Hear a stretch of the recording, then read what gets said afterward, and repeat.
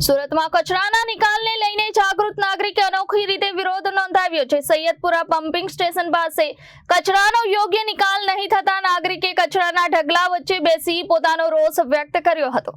પાલિકા તંત્ર અને કોન્ટ્રાક્ટર સામે મુર્દાબાદના નારા લગાવી ડોર ટુ ડોર ગાર્બેજ કલેક્શનની કામગીરી સામે પણ સવાલો ઉઠાવ્યા છે। સુરતમાં કચરાની સમસ્યાને લઈને હવે જાગૃત નાગરિકે અનોખી રીતે વિરોધ નોંધાવ્યો છે। સૈયદપુરા પમ્પિંગ સ્ટેશન પાસે કચરાના ઢગલા વચ્ચે બેસીને નાગરિકે પાલિકા તંત્ર સામે પોતાનો બળાપો કાઢ્યો હતો। કચરાનો સમયસર નિકાલ ન થતો હોવાનો આક્ષેપ કરીને નાગરિકે સેન્ટ્રલ ઝોન અને કોન્ટ્રાક્ટરો સામે ભારે રોષ વ્યક્ત કર્યો હતો। સાથે જ ડોર ટુ ડોર ગાર્બેજ કલેક્શનની કામગીરી સામે પણ સવાલો ઉઠાવ્યા હતા। વિરોધ દરમિયાન પાલિકા તંત્ર અને કોન્ટ્રાક્ટરો સામે મુર્દાબાદના નારા લગાવવામાં આવ્યા હતા। કચરાના ઢગલા વચ્ચે બેસીને કરાયેલા અનોખા વિરોધનો વિડીયો હાલ સોશિયલ મીડિયા પર વાયરલ થઈ રહ્યો છે।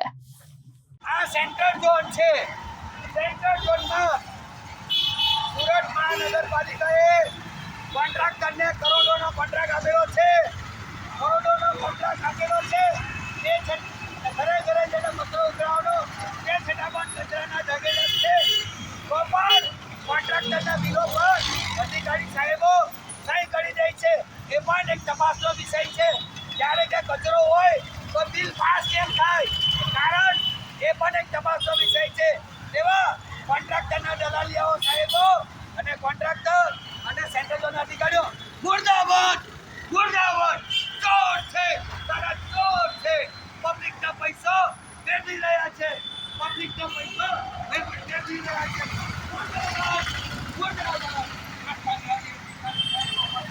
દલાલીઓ મુર્દાબાદ